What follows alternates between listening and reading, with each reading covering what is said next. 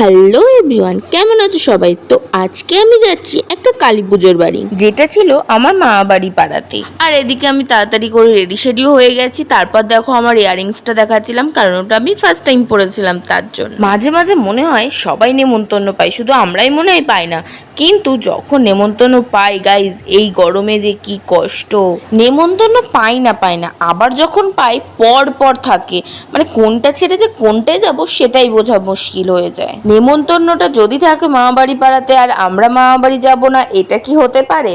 এদিকে দেখো বাড়ি থেকে বেরানোর আগে আমাদের সবার লাস্ট কাজ থাকে এই যে গেটটায় তালা দেওয়া, আর আমার মাই সেই দায়িত্বটা পালন করে প্রত্যেকবার। আচ্ছা এবার বলো তো আমার শাড়ি পরে আমার মাকে কেমন লাগছে, অবশ্যই কিন্তু তোমরা কমেন্ট করে জানিও। এবার চলো আমাদের কোথায় কালী পুজোর নেমন্তন্ন সেইটা বলি। আমাদের বনগাঁর নাম করা এক ব্যক্তির বাড়িতেই আমাদের নেমন্তন্ন ছিল। এদিকে রাস্তায় এসে দেখি বুনু তো আগে থেকেই গাড়িতে উঠে পড়েছে। তারপর কিন্তু আমি আর মা মিলো গাড়িতে উঠে পড়লাম। আমাকে তোমরা অনেকেই জিজ্ঞেস করেছো, দিদি তুমি মেকআপ কেন করো না? সত্যি বলতে মেকআপ করতে সব মেয়েদেরই ভালো লাগে, কিন্তু আমি অতটাও মেকআপ পার্সন নই। আমার মোটামুটি ভালো লাগে, আর সব থেকে বড় কথা আমি সবসময় মেকআপ করতে একদমই ভালোবাসি না। তারপর দেখো মা কিন্তু গাড়ি থেকে নেমে চলে গেছিল মিষ্টি কিনতে।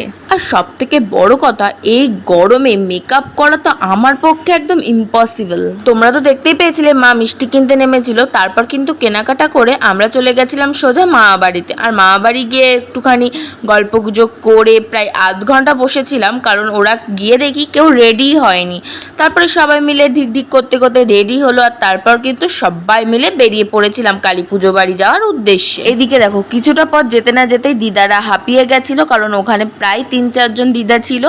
সবাই কিন্তু একটু বসে পড়েছিল মন্দিরের ওই জায়গাটা। আর এদিকে দেখো দেখা হয়ে গেছে আমার সেই ট্যুর পার্টির ভাইয়ের সাথে। আর হ্যাঁ, যেই বাড়ি কালী পুজো ছিল আমার মামা বাড়ি থেকে কিন্তু প্রায় 5-7 মিনিটের ব্যাপার, তাই কিন্তু সবাই হেঁটেই চলে গেছিলাম। এবার বলি, যারা যারা বনগাঁয় থাকো তারা তো অনেকেই চেনো যে কার বাড়ি কালী পুজো ছিল, আশা করি বুঝতে পেরেছো। যাই হোক, তারপর দেখো এদিকে আমি গিয়ে একটু মায়ের ভিডিও করে নিলাম।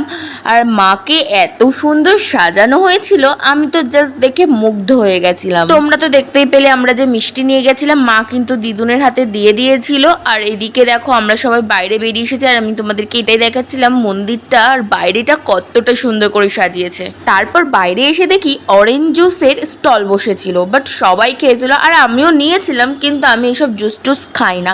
কিন্তু একটু সবাই মিলে ভিডিও করে নিলাম জুসটা নিয়ে। এদিকে দেখো সবাই তো জুস খেতে ব্যস্ত, আর আমিও এদিকে কটা ফটো তুলে নিয়েছিলাম।